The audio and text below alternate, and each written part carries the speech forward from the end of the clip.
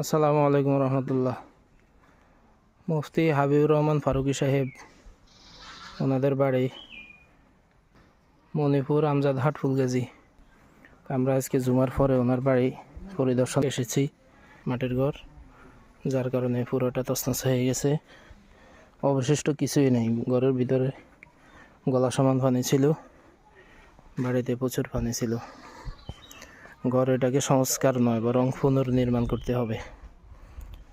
যা আছে এগুলোকে সরাই একেবারে পরিপূর্ণ বাড়ি আবার নতুনভাবে করতে হবে।